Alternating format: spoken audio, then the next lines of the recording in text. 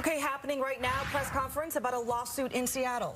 Now, a law firm just announced that they've reached a $10 million settlement with the city of Seattle after a number of protesters were injured during a protest in the middle of 2020. This is in the wake of the murder of George Floyd.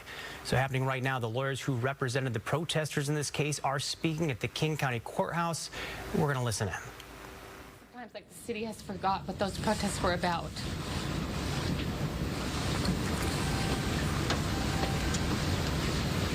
Every one of our clients here has a story to tell, and they're horrible stories. People standing there like this who were shot in the chest with a blast ball and lost their pulse. Their hearts stopped. The medics who went after them, having to literally run to hide as they were also getting pummeled. We have people who, teenager, part of her hand blown off. Because they're less lethal. They won't kill you, they'll just maim you. There are many other people here. I wish I could tell you all their stories. We have reporters in our group, people like you who are covering this. Reporters who were attacked. We have one psychologist, I just remember the visual of him. He was a psychologist, teacher, went out because he wanted to see for himself what was going on. He was kind of behind a dumpster. And they lobbed a ball over him and he just, boom, knocked unconscious to the ground. He was just observing. And the city says that they don't admit liability. I hope all of you have a problem with that. You don't pay $10 million for nothing. It's a shame. This should have given us some closure. This should have given us some sense of accomplishment. Like, wow, that's a lot of money. That's the only thing that a city like this will even pay attention to.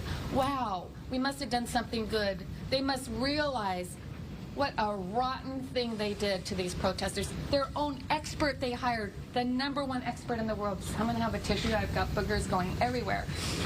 The #1 expert in the world they hired. Number one. They paid him almost 200 grand to come and evaluate the first days of the protests.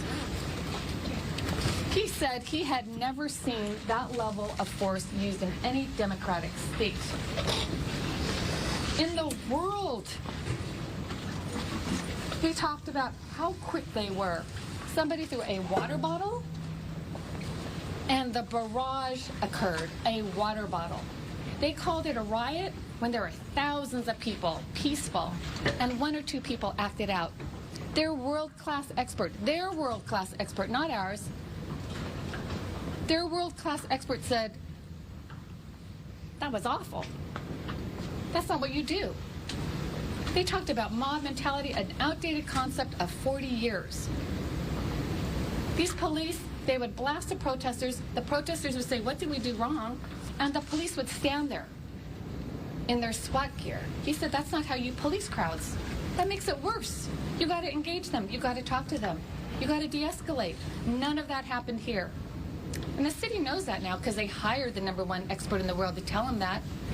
They went to him because he's trained many of the people that blasted our people. He's trained them over in Europe so they could do better. But they don't admit responsibility.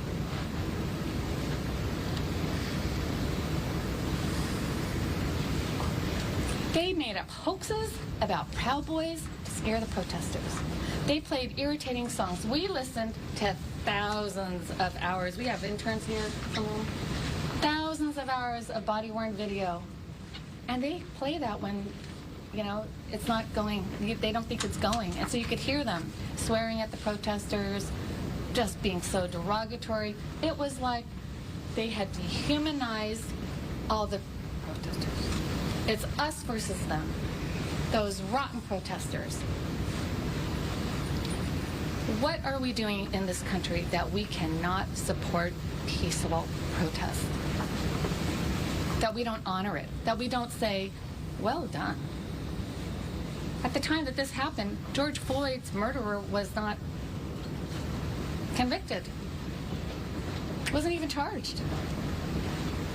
All the systemic abuse, all the discrimination that occurred, that was pretty marginalized until this protest movement went on. It really, really resounded. The very violence they were protesting, they were met with. That is horrible, because they were protesting against the police, and the police took it personally. I do want to, so all of us have icons. One of our experts, and we use the cheapest things that we could find. We used university professors. They had $30 million they spent against us. We did this pro bono, and we don't get paid. Now, one of the key things that had happened, if you didn't catch that early on, was that a woman was hit with a blast ball in the chest, and her lawyers say she went into cardiac arrest. Today, the city settling a lawsuit for $10 million. We also just got a statement in from the Seattle City Attorney, Ann Davis. She's making this statement about the settlement. In part, quote, "This settlement resolves the majority of the remaining claims arising out of the 2020 demonstration period and is a big step towards allowing the city to focus on the important work of today while moving forward from the events 4 years ago." We'll also note that we are trying to get some more information about this, but at the end of the day, we are going to have some details online at Fox 13 Seattle of what the claims were against the city. One more important note, the city did not accept responsibility as part of this settlement.